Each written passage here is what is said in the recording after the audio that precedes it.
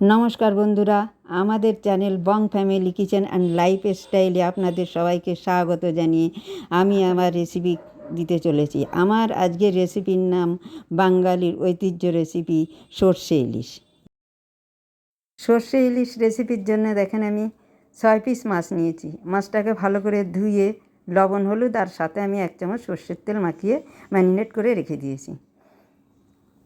আমার মাছটা যদিও আজকে একটু ছোটো ছিল, আপনারা বড় ছোট যে কোনো সাইজে করতে পারেন। আর এই রেসিপির জন্য দেখেন আমি এই উপকরণ নিয়েছি। এখানে একটা উপকরণ আমি রাখিনি, টক দই। আমি 1 চামচ টক দই ব্যবহার করব পরে।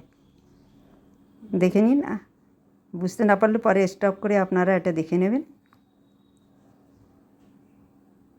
কড়াই বসিয়েছি, সর্ষের তেল দিয়ে দিলাম।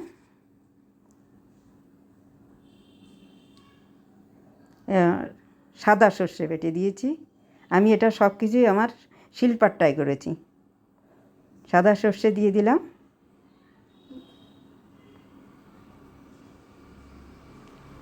নেড়ে নিচ্ছে একটু।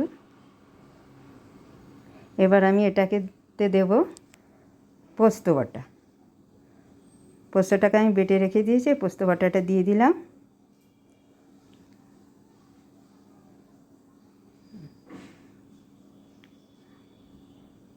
পোস্ত বাটার পরে এই পোস্তটা একটু নেড়ে দিচ্ছি। এরপরে আমি দেব সামান্য একটু নারকেল কোড়া। এবার আমি নারকেল কোড়াটা দিয়ে দেব।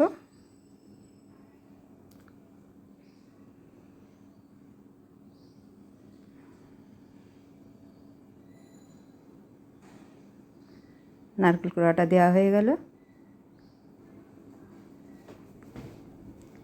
কাঁচা লঙ্কা দেব, কাঁচা লঙ্কা বেটে রেখেছি, কাঁচা লঙ্কা দিয়ে দিলাম।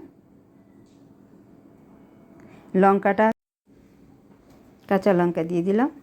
লঙ্কাটা আপনাদের নিজেদের ইচ্ছা মতো ব্যবহার করবেন। কেউ বেশি লঙ্কা খায়, কেউ কম খায়।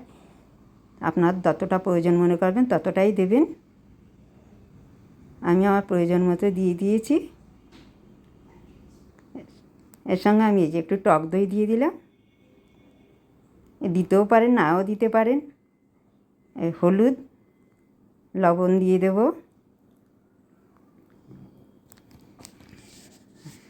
লবণটা দিয়ে দিলাম। এবার একটু নেড়ে দেবো।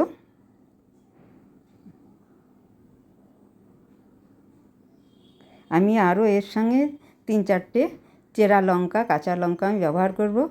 সেটা প্রয়োজনে আমি ঘষে দেব, প্রয়োজন না হলে এমনিতেই থাকবে। লঙ্কাটা আমি দেবো, এখনও দিইনি। আমি এটা মিলিয়ে নিই। দেখুন, রান্নাটা এক একজনে এক এক রকম করে। আমি যেভাবে করছি আমি সেইভাবে আপনাদের দেখাচ্ছি।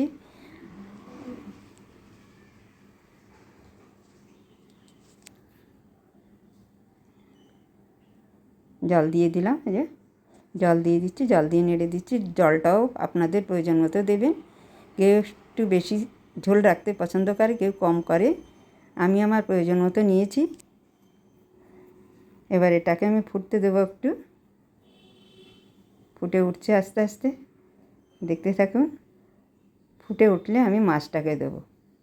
এখনও দিনে ফুটছে, দেখুন ভালো করে ফুটে ওঠেনি। এই যে আমি লঙ্কাটা দিয়ে দিলাম।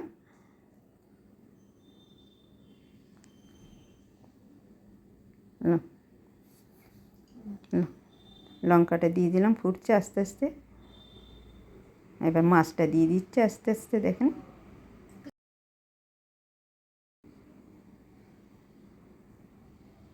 মাছটা দিয়ে দিলাম।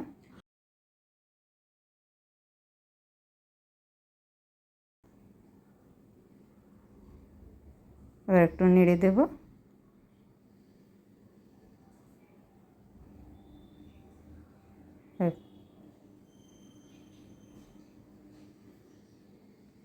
এবার একটু ফুটতে দিতে হবে এটাকে। একটু ফুটতে দেবো আমি। আপনারা একটু ঢেকে দিতে পারেন, আমি যদিও ঢেকে দিইনি। ফুটছে আমার মাছটা।